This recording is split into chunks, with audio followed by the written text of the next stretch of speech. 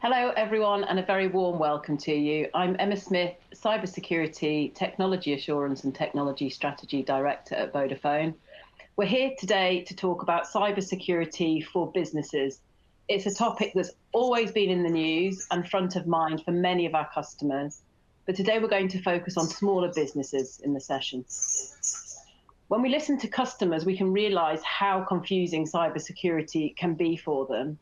And as a large organization looking after critical national infrastructure, we know how challenging it can be to stay on top of the security landscape. In this session, we've gathered together some experts to help guide you through the latest trends, offer some insights, show you our thinking, and give some practical advice to help protect your businesses. I'm delighted to be joined by Madelein van der Hout, who's a senior analyst from Forrester, and Andrzej Kawalec, who's the head of security portfolio in Vodafone Business. Madelein, maybe we can start with you. What are the latest cyber challenges that businesses are facing? Well, first of all, thank you so much for having me. And to actually dive right in, the current environment for companies is actually really challenging. And especially if you have a look at what technology teams are currently dealing with. So we all know geopolitics are hard for the business, and it really heavily impacts our IT operations. And the economic pressure also really tightens our budgets. It really tightens what we can achieve. And we have to make clear decisions on how we make sure that we keep our company safe and secure for our customers. So companies are currently really rethinking both their investments, but also their cost efficiency strategies. And well, IT complexity is upending how firms think about managing their networks, decommissioning legacy connectivity infrastructure, but also their migrations to the cloud. And well, we need to make significant investments as well when it comes to our ERP platforms. And we've also seen that traditional vendors are switching support off for instance, popular on-premise applications. And this all influences everyone within a company working on security. And if we then dive in a little bit more on what challenges we see for security leaders and for CISOs, well, CISOs are challenging numerous challenges in 24. We went from the pandemic. We all remember this, I think, working from home, not going to the office. And we then rapidly had to transform the way we work together, collaboration. We had to look at security and our digital transformation in a completely different way. And now we're traveling into hybrid work. So not everyone is commuting to the office, yet there are more and more people commuting to the office, and we have to make it work in a more hybrid way. But that also raises new security challenges that we need to navigate while doing business. And we have worked a lot on reducing complexity when it comes to our IT environment. Yet together with visibility, this actually really remains a security challenge. Well, not a surprise here, but the IT and threat landscape is constantly changing and still evolving. And an overly complex set of security technologies are drowning teams in alerts. And well, it is slowing down the work that we're doing within security. So the lack of stability and constant firefighting, I would say, is forcing many security teams to be overly focused on tactical firefighting, day-to-day issues, not giving them the time to try and align with IT functions in the wider business. And all of this lessens effectiveness and impact for CISOs and their teams. So as you go down in industry size, these challenges even become more of a struggle. For example, you don't need to go far down the FTSE 250 index to be finding organizations with no security teams or with small IT teams. And they're supporting quite large businesses. And the impact in small, medium enterprises and SOHO is even more profound per the above. So if we then dive in a little bit deeper into the issues that we see for smaller organizations and the challenges are a bit heavier for smaller organizations. So I want to start off that most companies within the solution ecosystem or within the ecosystems, they're not security solutions for smaller companies. The industry is actually still, highly focused on creating solutions for larger enterprises. And that just doesn't fit. So most smaller organizations do not have the resources to, either manage IT and their environment themselves, or don't have the security skills to interpret a complex security market ecosystem. And that makes them really heavily rely on third parties. And in the wider market, there already is a lack of access to security talent. So it's even harder for smaller organizations as well to dive into that talent pool and to find the correct skill set for their organization. And with that, the ability to set a security foundation without specialist knowledge, that's really hard. And in addition to this, even small firms are having to do things like demonstrate security compliance with stringent enterprise security standards, because, our customers demand us to be secure and to handle their data in a secure way. And we're working in this ecosystem. Since the pandemic, our ecosystem has become more and more important, but we also see a lot of third-party vulnerabilities, which, are a huge factor in the security breaches. So in order to do business within your ecosystem, you have to demonstrate that you have deployed a solid security strategy and that you have deployed solid security requirements. So within the last couple of years, security has increasingly attracted the attention, as we all might know, of the European Parliament and of other legislations all around, or regulators and authorities all around the world, because disruptions are disruptions within our society have made so much impact over the past years, and most of them were related to cybersecurity. And because of this significant impact, our society demanded that there would come regulation. And these regulations, they're not only looking at huge enterprises, they're looking at enterprises of all sizes. So for instance, within NIS2, a wide range of companies need to comply, whether their size, because also companies demand that working with them, that they need to make sure that they have their security properly implemented within the organization. So it's a necessity to have a good security posture in order to be able to be part and to take part in your business ecosystem.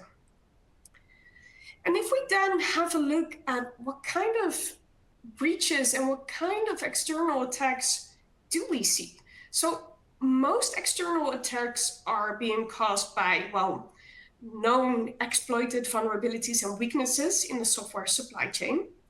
Attacks like MOVEit or MOVEit, whether you would like to call it in 2023, and a significant number of security vulnerabilities in software continuing to be exploited are still the dominant trend.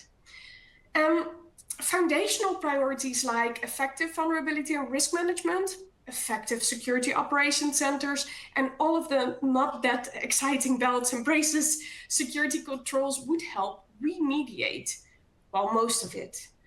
One of the remaining challenges, however, is that even in relatively uncomplicated organizations, the scale of the challenges can be quite overwhelming. And with most of even the basic security controls pushing out a lot of issues with, prioritization down to what really matters to address the challenges for both large and smaller firms. So, and well, during the pandemic, we also have seen a huge rise when it comes to phishing, and that has not changed. So it's still a fan favorite for cyber criminals because they seek an easy way in. They seek the way of the least effort. And this also means that they will target companies with, well, a less extensive cybersecurity posture. And they will choose this over large enterprises with a very solid security or a very solid set of security solutions. As I mentioned before, enterprises continue to enjoy the focus of most security vendors. So the industry gravitates towards focusing on serving blue chip enterprise clients in mature markets, I would say. So whether this be S&P 500, FTSE 100, and so on, and so on, and so on, we know all the lists. It doesn't matter. The obsession with prestigious client is actually a true constant. And from a marketing perspective and licensing perspective, many cyber startups and established players love the prestige that comes with working with the big end of the town. As I heard it said by a South African client once, so solutions are built and designed for sophisticated enterprise clients with, well, overly complex licensing models and very significant pricing. Well, even for niche cybersecurity issues and problems that nobody in the business role would have ever realized they maybe even had. So if we look at the landscape, we see over 3,000 cybersecurity firms and vendors. And well, smaller firms don't stand a chance if they need to seek within all these vendors how to create a posture. So the cyber industry is, to an outsider, very complicated and intelligible. The complexity is really hard, even for cybersecurity experts within large and small enterprises that are working on this every day.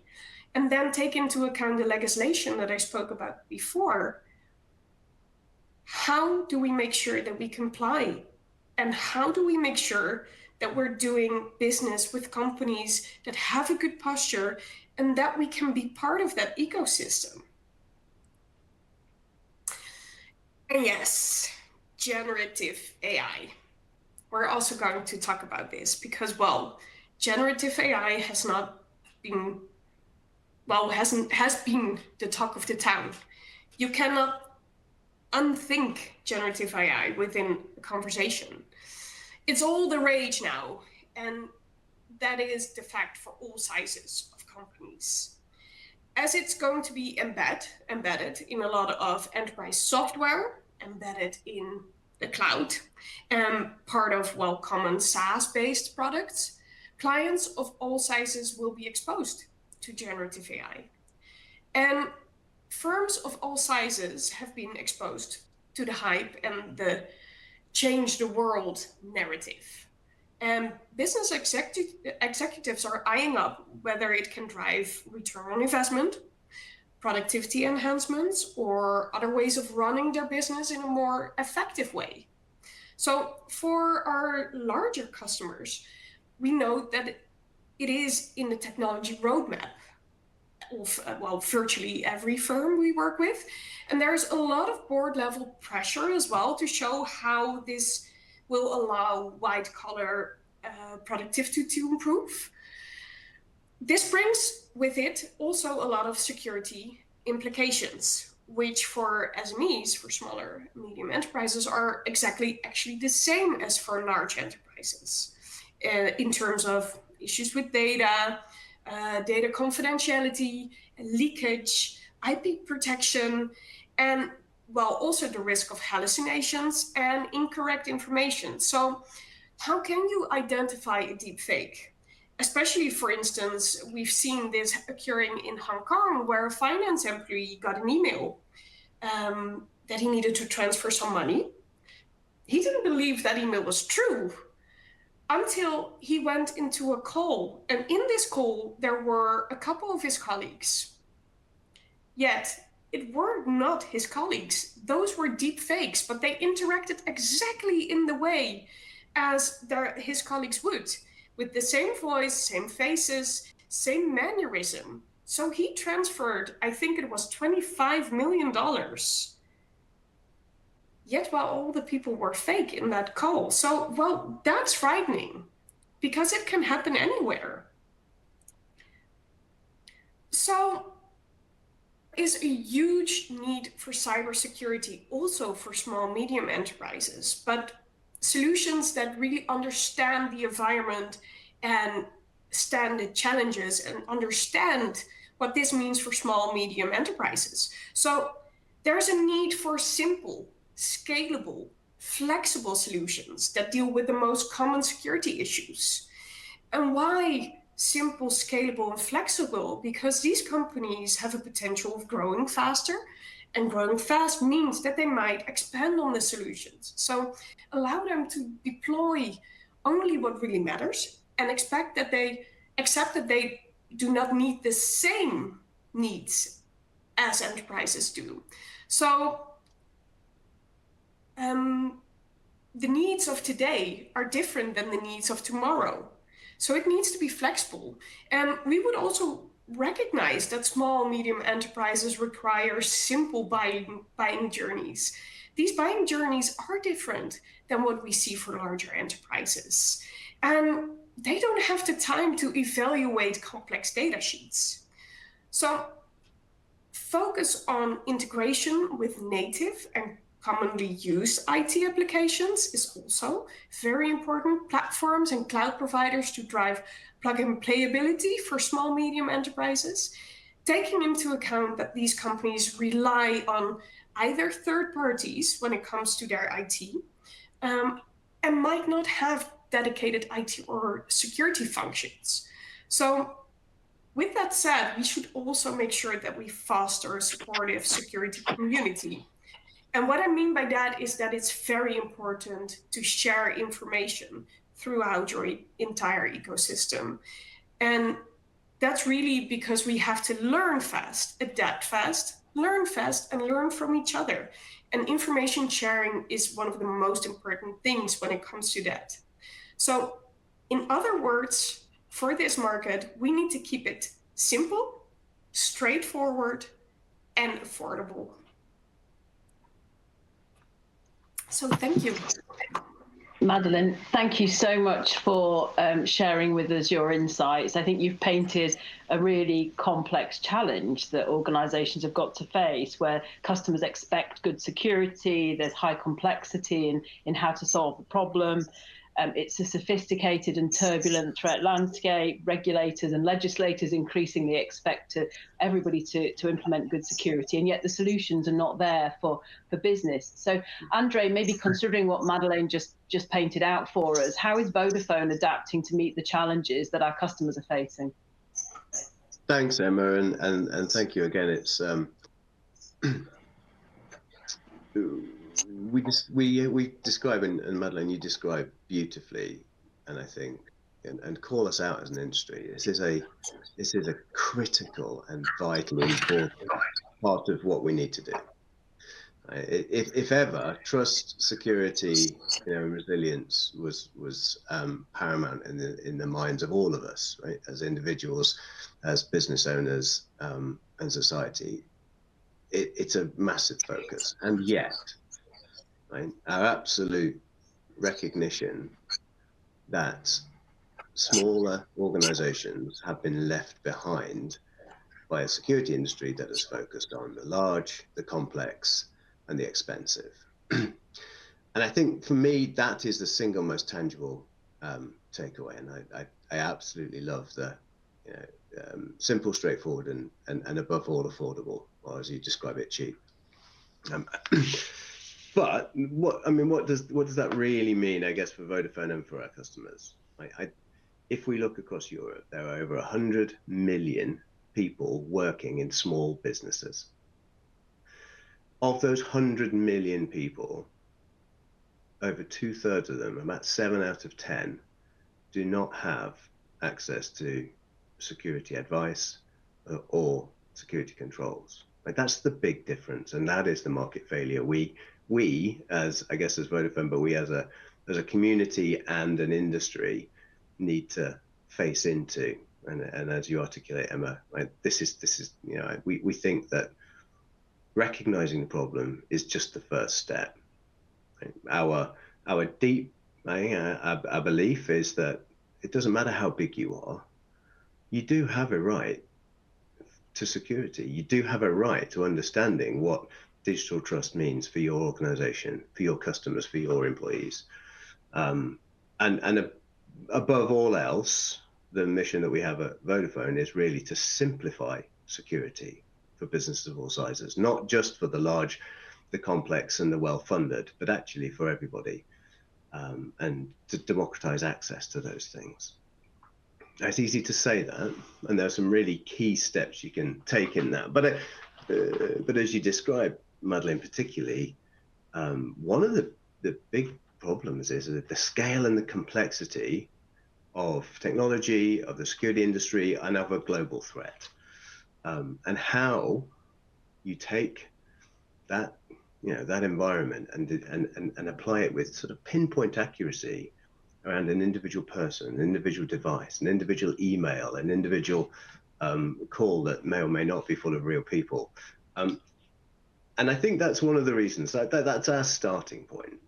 And Vodafone is one of the world's largest and most complex technology companies, network providers. If you think about the hundreds of millions of customers we have on our global networks, the events and the scale of what we see, it gives us genuinely an unfair advantage in terms of understanding that macro landscape and what's happening, where and how people, data, and places and things are being connected and are being attacked.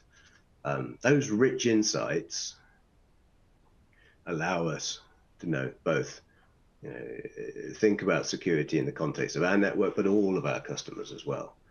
And that's something that has to be applied and deployed for everybody. I know, Emma, you have the wonderful and unenviable task of helping you and your amazing teams, helping protect and defend Vodafone, but all of our customers. And if you think about it, we also support over 6 million businesses across Europe. Have you got any thoughts or insight about how you and your teams are able to think about that macro challenge, the complexity and the breadth of the threat landscape, but also the networks that we deliver, and give some insight into how we do that and how we take that insight into our security conversations? Andrzej, you're absolutely right. We connect millions of people, homes, businesses, things to each other and to the internet. And we take our responsibility to keep those products, services, and all that connectivity safe and secure. We take that responsibility really seriously. It's a top priority across Vodafone. I feel I love the challenge that faces me and my team every day in terms of protecting our organisation and our customers from those cyber threats. And it's really important to me that throughout our organisation, that's weaved in as a top priority for the whole company. It also forms part of our core company purpose, because we believe that trust from our customers is the most important aspiration. And really, just as Madeleine was saying, customer trust is underpinned by this expectation around security and privacy. Especially given the nature of what we do as an organisation, we're about providing that connectivity when people need it, but particularly operating in a secure environment and making sure we can keep digital societies and economies safely connected. So it's core to what we do. Putting it in a nutshell, cybersecurity is all about risk management. It's about implementing great processes, the right technology, understanding data, and having the right people. Now, for a large organisation, that's on a very different scale to a small business that we're talking about today. We've got a team of over 900 people globally. We operate 24/7 monitoring and responses. And that gives us really good visibility about cyber threats across the world. And that visibility helps to power the products and services that we can offer in our Vodafone Business organisation. We have a team in every country that we operate, which helps us understand laws and regulations, local cultures and languages. And those teams work together to really try and protect the products and services and our customers and our connectivity. We're also really aware that cybersecurity does not stand still, and actually the way you protect an organization can't stand still for some of those reasons that Madeleine was talking about. We need to continuously improve ourselves and adapt how we protect the organization. We tend to think about, in a very traditional way, we think about how do we design security in so that security is by design and by default, how do we prevent the majority of attacks, and then it's all about really fast detection and response. Because we know that some cyber threats will be successful, and most organizations need to think and operate in that way. The scale, I think, that we've got makes us pretty unique, and it means that we can have a really strong in-house capability for cybersecurity. And the collaboration that we talked about is super important. So being able to collaborate with others, learn from others, share. For me, cybersecurity is a team sport that we've got to play together. And it's the only way that any organization will be successful. And so I think there's huge amount we can offer in the way that we support you, Andrzej, and the go-to-market team. Thank you, Emma. And it's one of the things that I'm always struck by. You always describe it. Our entire team talk about this is part of our purpose. This is part of what we do. It's this isn't about a big intangible macro problem to solve. It's when a person is trying to talk to another person. It's when a business is trying to share an email with another business. These connections and interactions are so important to everybody. And I think, as you describe it, it starts with understanding the risk. It starts with that. And I think that's one of those big, the jumping off points for organizations. We do a lot of research, and we understand both how the team and how our protection works, but also how our customers are facing into these problems. And let me give you some an insight. We asked over 6,000 of our customers last year how they were thinking about security, what they were challenged with, what they felt really comfortable with. And against that backbone of European organizations, a couple of things came out, which, while not surprising, I think really highlight some of the things, Emma, particularly you described. Now, are we facing a relentless and dynamic threat? Yes. Are people being attacked? Are they being spoofed? Is fraud being committed increasingly against digital businesses? Yeah, and 9 out of 10, over 90% of the people we spoke to have experienced a security incident last year. And I think, Madeleine, as you described, actually since the pandemic, organizations, particularly smaller organizations, have they're facing greater financial pressures. The cost of living and the cost of doing business is going up, so people's financial resilience is coming down. So a disruption or an attack can have quite catastrophic impacts for smaller businesses. And yet, knowing that we're all facing these things, very few organizations, just a third, actually have a plan. Right? So 65% of the folk we talk to, they lack a clear security plan. Now, for us as practitioners, and I suspect Emma in particular, you start with your teams and say, actually, know what this is about. Let's understand the risk, and as you described, let's put the controls in, and then when the inevitable happens, so we have to deal with the disruption, how are we going to do that? Like, that's part of the planning, but it starts with understanding what you're facing, and again, I think many organizations don't quite know where to start, and they have to identify those risks, and in particular, not knowing is a really is a hard thing. Managing your posture over time, and then responding in real time, detecting when something is going wrong. I think we recognize that, for example, in our homes or in our offices, if the lights were to go out, we'd sort of think, well, maybe the bulb's gone, perhaps the fuse has gone in the house, or perhaps electricity in to my town, my village has happened. We could probably sort of work that out quite quickly. A security incident or event is not that linear and not that simple to diagnose, and we wouldn't necessarily know immediately that the lights have figuratively or literally gone out. So we need to help people understand how to deal with those, those incidents and attacks in real time, how to detect when something's happened and understand why and how it's happened and what they can do about it. And that really talks to the need for security and resilience. Resilience means continuing to operate whilst under stress, distraction, under attack, and disruption. And I think we all recognize in a post-pandemic context that there are going to be things out of our control that we cannot entirely manage or legislate for, and we need to respond to those things. And that's the key. And the reason why we take this so seriously is that genuinely a lot of organizations, particularly smaller ones, don't have those clear plans, are not clear or comfortable with the measures they have in place are the right ones, right?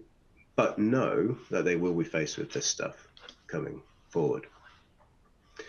So again, what we attempt to do and what we really try to do, not to take away all of the technical aspects and the controls, but actually think very clearly and simplify how you can approach these things. And we believe there are, quite possibly sort of 4 core areas where, as Vodafone, we can give you a real benefit from leverage the scale, the understanding, and the depth of capability we have. And it allows you to think quite clearly. So once you've identified your risks and you're working through that posture, think very clearly around how you secure your employees, your users. Right? These are the people who are most important to your business, who are the lifeblood of what you're trying to do. And when your teams, your employees can access data in the digital world, they can create value for you and the people that rely on you and your businesses. When they can't, when that's delayed or destroyed, everything is frustrated, is damaged. So we really focus around a user, what that employee needs. Right? That's about who they are, their identity, how they access their devices, how we protect your mobile phones, your laptops, the services you access, your email, and also how you can back up and recover your information.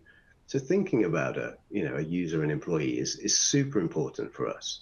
It talks to our heritage a little bit about supporting the 300+ million people around the world, but a user, right, is one of your most important assets, and that's how we focus our simple security controls around that.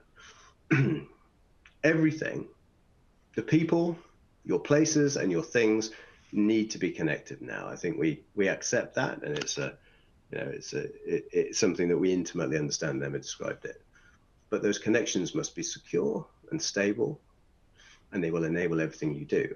And in a different context, a modern workforce, an evolving business, needs their people to be able to connect securely from anywhere, from home, from a cafe, from an airport, from a shop, from a partner's premise, from everywhere. So we think very clearly about that. If you can protect your users and then protect where and how they connect, that secure connection is critical. Then you're really helping manage those components. And then the third big area for us is that detection piece. Right?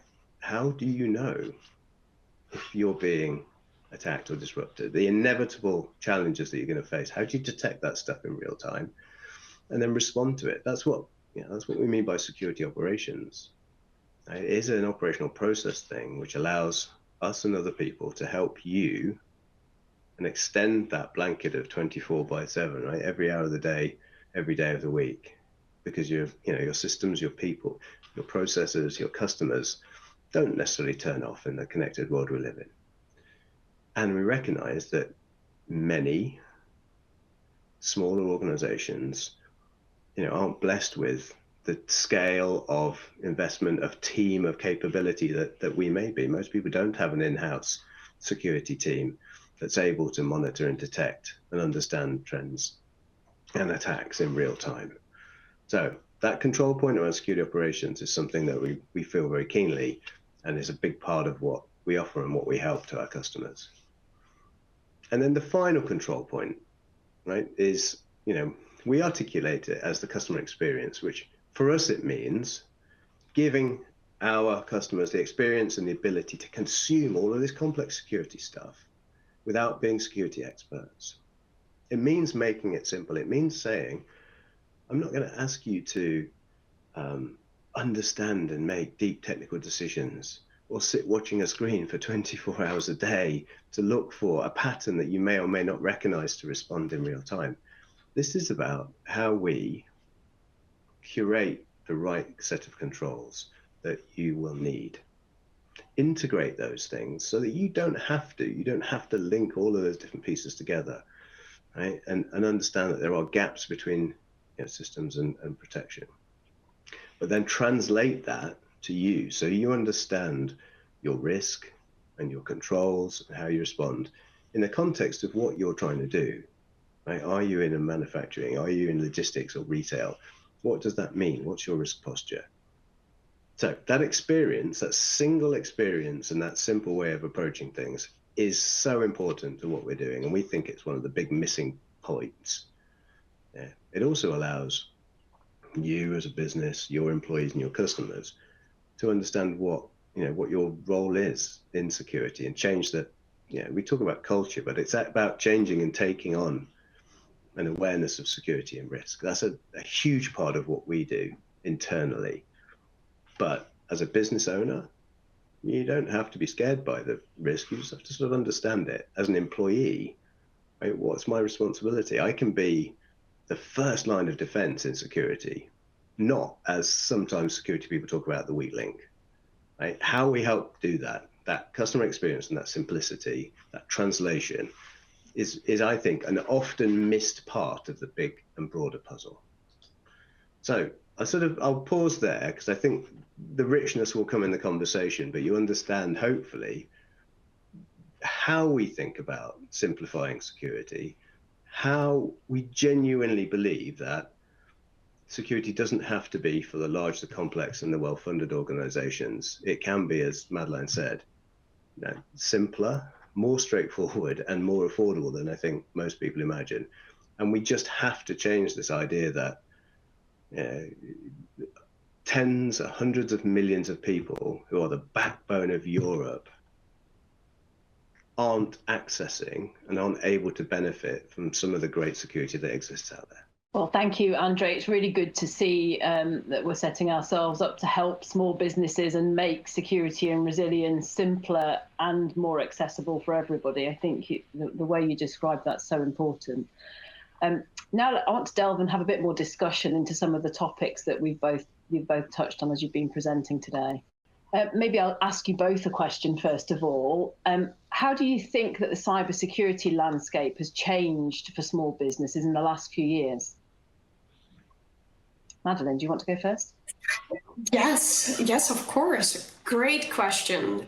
I think it has changed a lot in terms of initially smaller enterprises believed that they were not a target for cyber attacks. And thinking hackers would focus on large corporations because, they would have substantial data and substantial financial resources. But the understanding has changed dramatically, I would say, because small businesses are now known to be a prime target for cyber criminals. And that's often due because they have weaker security measures, as both Andrzej and I have spoken about earlier as well, is that there are, that the solutions that there are in the market, that they mostly focus on larger enterprises. And smaller enterprises have also become more digital with the whole digital transformation. And cyber criminals, they seek easy access and easy effort. So yes, small, medium enterprises are increasingly being targeted, and that's as well why they have to struggle or have to battle all the challenges that large enterprises have, but then with less resources, most of the time not an entire team that is focused on security and security posture, while regulators are also saying, well, you have to comply, your security posture has to be great. Yeah, and I think you sort of identify those three big things. I mean, you said, well, how has the landscape changed? Well, if it was static, that would be great, but it's changing so fast. And I think for smaller businesses, it's changing faster than it is for larger ones. Right? There's a sort of adoption curve and acceleration that is really hard to keep up with. Madelein, you talk about those three big waves of change. I always describe it a relentless and dynamic adversary that's shifting its focus from the few large organizations to many smaller ones, and is being able to prosecute attacks in a way that is much more low risk, has a greater financial return, and using technologies that allow them to do that at low cost. A relentless and dynamic adversary, that is changing, and keeping up with that is a big thing, right? Technology adoption is sort of outpacing us. We touched on Gen AI as one of many new technologies that we can all benefit from, but also provide a challenge. And actually quite, I think, right, that regulation and governments are really starting to catch up with the implications of privacy, of digital trust and organizations. But it can, I think, for small business feel quite bewildering and quite aggressive at times. Any one of these, these changes, it would be hard to keep up with. If you drop a pebble into a pond and you can watch the ripples if there's one, right? And you can sort of see what's happening and sometimes get ahead of it. You do drop two pebbles at the same time, you start to get slightly more confusing. If you drop three or four, then it becomes very complex and very bewildering. You're not quite sure how those things work together. That's what businesses are facing, and I think that's the big change. You've got those three big macro changes, and then you layer onto that decreased, a post-pandemic world where people have shifted working patterns, changed, how much financial resilience they have, and the cost of living increase. Then all of a sudden the world is very, very complex. I don't think it's going too far to say at times it's quite bewildering for people who are just trying to run their businesses. And it's super challenging, isn't it? Because we see criminals who are monetizing cyber attacks now, and that's why it's perpetuating and growing, because they'll take a destructive action and hold a company to ransom, or steal their data and hold a company to ransom. And for a small business, that could put their whole business at risk.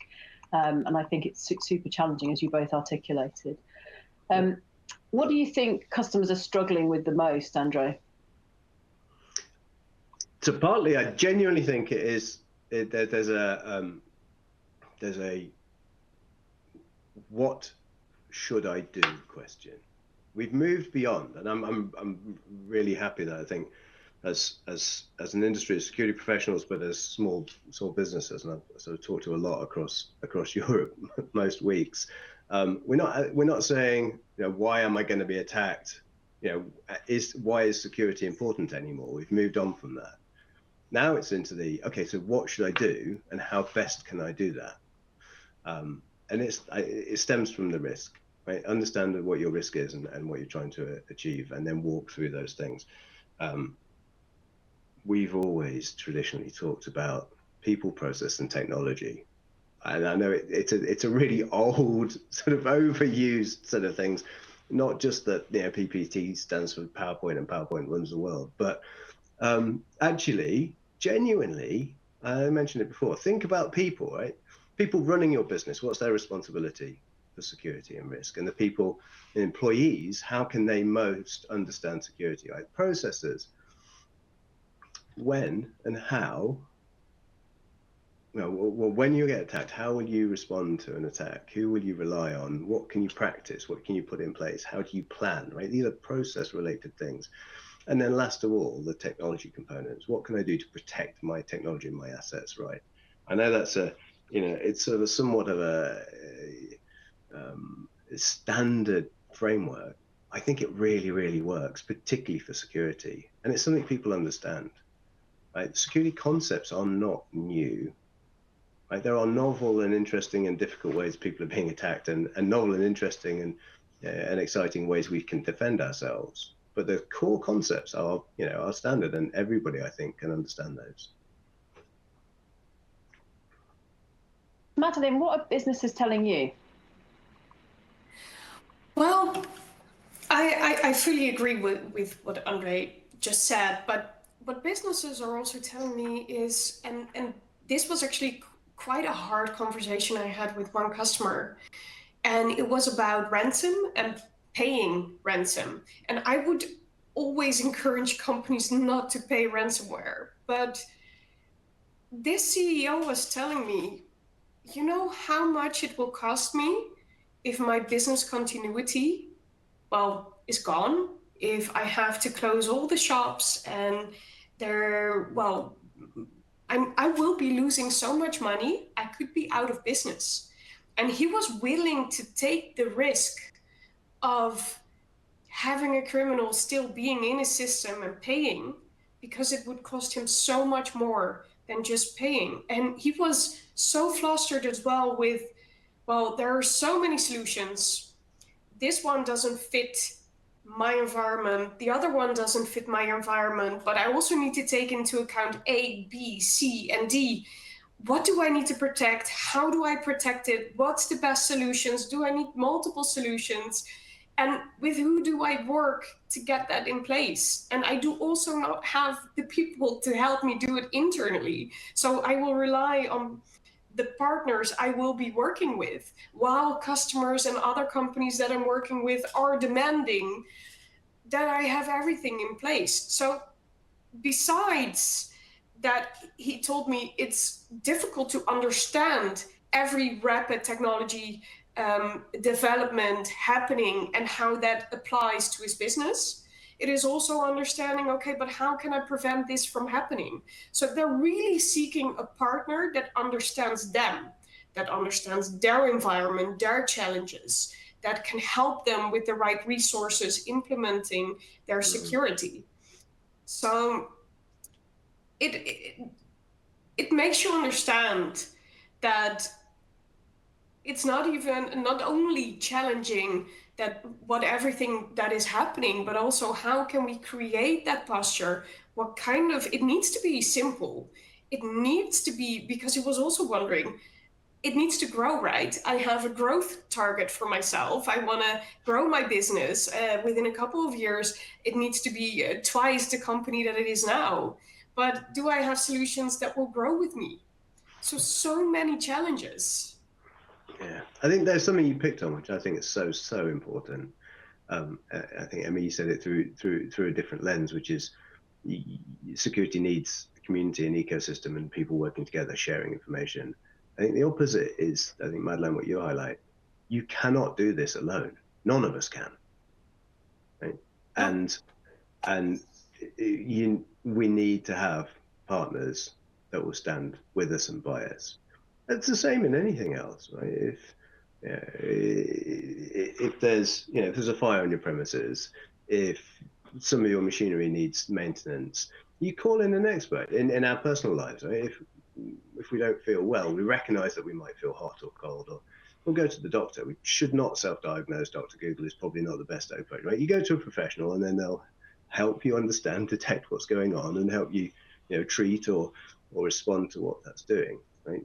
That's the way people should think. It's not their mission of failure. It's, we shouldn't expect business owners to be security experts or technology experts. Okay? Find friends and partners to help you do that stuff. You can't do it on your own, but there are people who can help. It's beholden on those people like us, I think, is to make that easy and understandable, and to say, we will not and cannot promise you will be safe 100%. What we can, commit to is we'll be with you every step of the way on that process. That's really important. You're not alone, but you cannot do this stuff alone.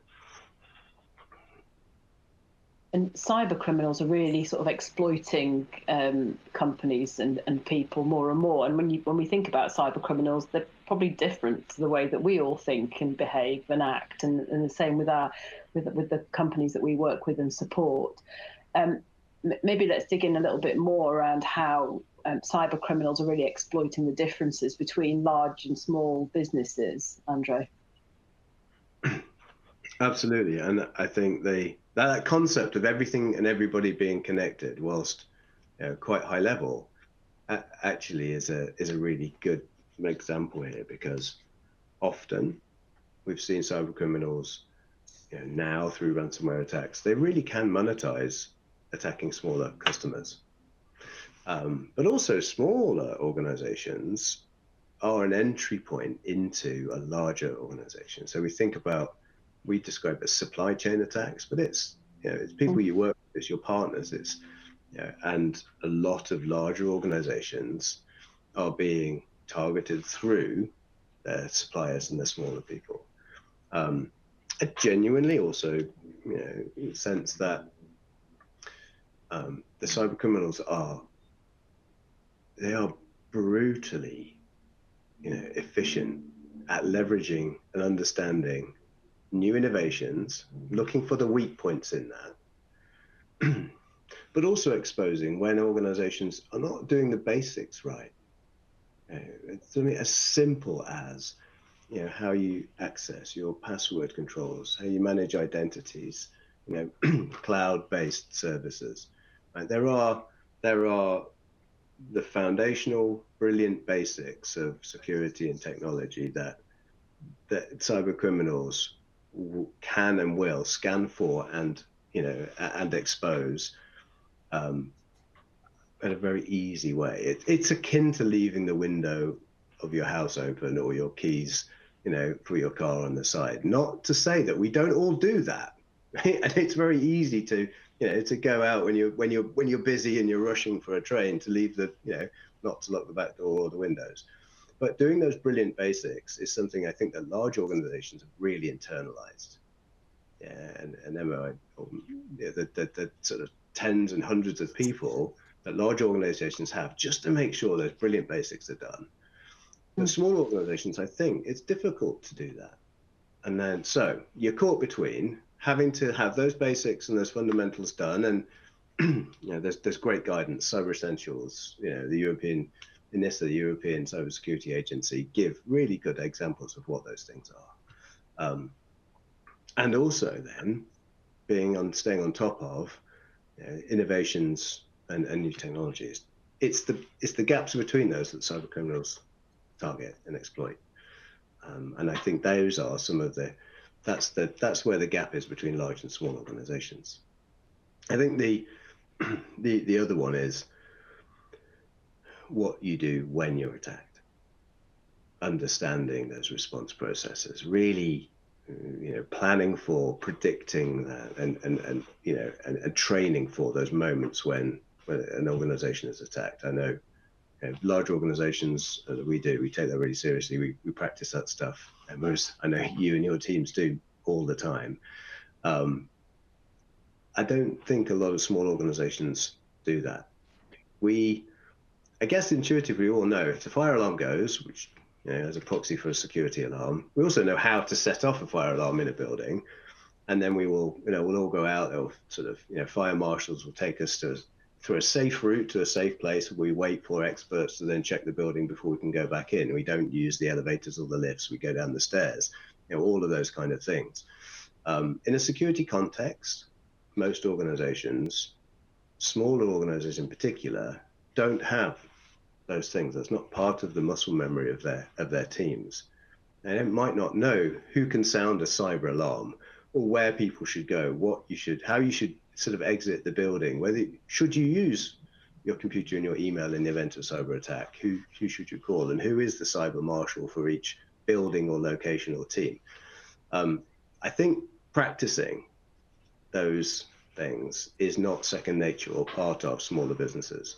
And I think that is another big difference. That lends huge advantage to an attacker if they know you're going to respond in a fragmented or piecemeal way. Oh, and I think so as well. Cyber criminals, and especially since everything is digitally, you don't have to see your victims. They're just concerned with getting their own paycheck, but then via criminal cyber activity.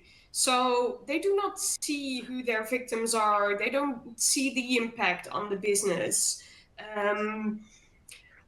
So they just want an easy way in. And if they have to target larger organizations with a better security posture, where it's harder, where they have dedicated teams, you quicker run to an organization where you know that there isn't a huge team working on that security posture, or that even rely on third parties. So also in terms of, you want to know that the partner you're working with in terms of security, that they know right away when someone is in your systems, or that you can rely on when something occurs, that they know how to handle and guide you through that.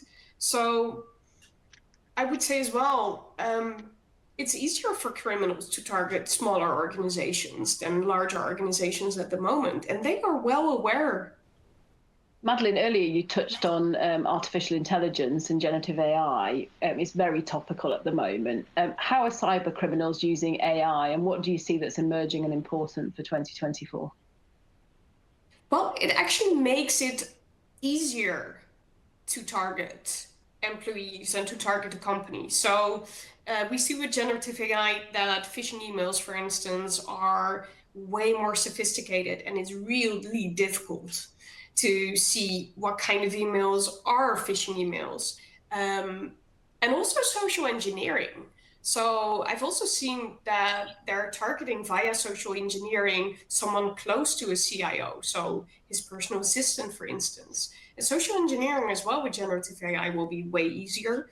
Deep fakes are heavily increasing, and where we're seeing that generative AI can not only produce images, emails, but also videos, and then having deep fake meetings where criminals are also targeting employees to distribute money. And as well, data pollution. So where is the data coming from? Where is this large language model trained? What is it trained with?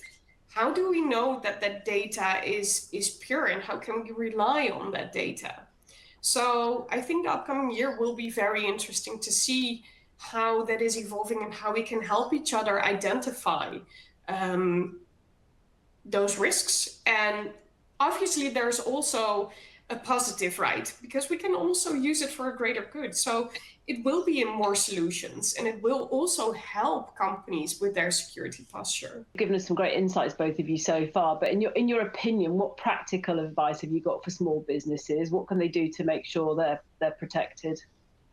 We've talked a lot about these things today, and I think we've been, there's some really clear steps that people can take, right? As you described, think about what your risk is. Think about the systems, the data, the important assets that you hold. And as you described, everybody, no matter their size, right, has valuable things and a digital environment that they need to protect and enable. So think about the risk. Then follow the advice and the guidance about protecting those assets, the people, the devices, the data, the applications. But recognize you can, there are very effective tools and methods and technologies that can be deployed, antivirus, email protection, all those components. But then genuinely don't rely on that. Think about and carefully understand how you will respond to the cyber fire alarm, the incident, and find somebody to help you. I mean, we have some amazing free resources on an environment we call VHub, which gives you free advice and guidance and gives you in signposts what to do. Right? But don't think you can do it alone, and find somebody who can help you understand your risk, build those controls and put them in place, but also respond when the sad but inevitable happens. Think about those three things, and you will be, I think, measurably more comfortable and have a much better posture next time. And recognize where you are within the ecosystem, and recognize your role within the ecosystem. So security is not done to you. You have to take responsibility. And I think with the steps that we mentioned before, you can take that responsibility and don't hesitate to get the help from a trusted partner who can help you understand your environment, help you understand what kind of solutions you need, and help you with sharing information. Maybe if I share a little bit about what my team is seeing when we think about cyber threats and protecting the Vodafone network. It's super challenging for a large business, and I really understand how hard it is for small businesses as well, because it's not your core business often, cybersecurity, and you're very focused on making a successful company.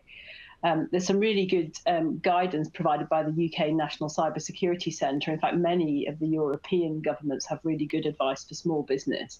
But they say that there's a 1 in 2 chance that small businesses will experience some kind of security breach. So this is not something that anybody can put off. And no company is too small to be targeted. Most companies are handling something that criminals are interested in, whether that's fraud, or whether it's data, or whether it's to cause some disruption, as Madelein was saying, to get a ransom payment. These sorts of attacks are really prevalent, and small companies are often seen as being smaller but easier targets, or they might support big business, and so they're a good way to disrupt big business as well. And I think making sure that you've got an approach to getting your business back up and running in the event that something does happen is super important. So we've definitely seen a big threat from ransomware attacks and data theft, and then an extortion or a ransom note that goes with that data theft. But all businesses have got something that's valuable to these criminals, and really important to have it as part of the way that I think you think about running your business. Now, it all sounds pretty bad, but most governments have got really good advice in most of the European countries and outside of Europe around how to protect organisations. I was reading the UK and CSC Small Business Guide before joining today, just to pick out some of the things that I thought really resonated with me that would be useful to share. So just a few key things that the UK National Cybersecurity Centre recommend is always using multi-factor authentication. So when people are logging into your systems, always use something as well as a password. That could be like a one-time SMS, a one-time text, or it could be that actually most applications come with a method of doing second factor authentication. But passwords are not good enough these days. Even if you make them really long, they're still easy for criminals to crack, and humans tend to repeat them. So try and put something else as well as a password to protect access. I'd always say take good backups as well. So make sure you've got recent backups of your systems and your data in the event that you do have to store. Try and think about where they're stored. Using a cloud solution, for example, to host a second copy of data is a really good idea. And then always take software patches and vendor updates, whether that's on your phone or your laptop or the servers that you might be operating. But make sure your IT providers are also really good at taking software updates and patches from vendors, because they often have bug fixes in them and security fixes. And then it sounds basic, but antivirus software on every computer is really important, because that will help you stop a lot of the basic things and the sort of hygiene that Andrzej talked about. And then making sure that employees are aware of the risks of social engineering and how to protect and encourage them, and genuinely to report anything that looks suspicious. So I think in those few steps, you start to build those brilliant basics and the good security hygiene that is akin to closing the door and the windows of your house when you're keeping your house secure.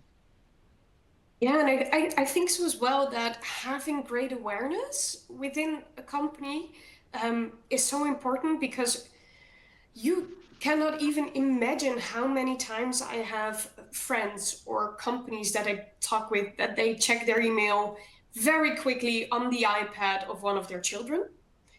And in a business environment, they would never say, yeah, I'm doing that. No, but when they're at home, they're doing it. They're checking email on a device and they're not quite sure if that device is secure. So having a great awareness and training in place for your employees is so important.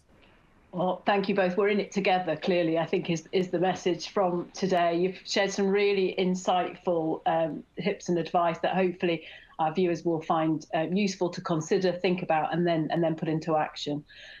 Thank you so much for joining today and for watching this video. We really hope this helped you protect your business.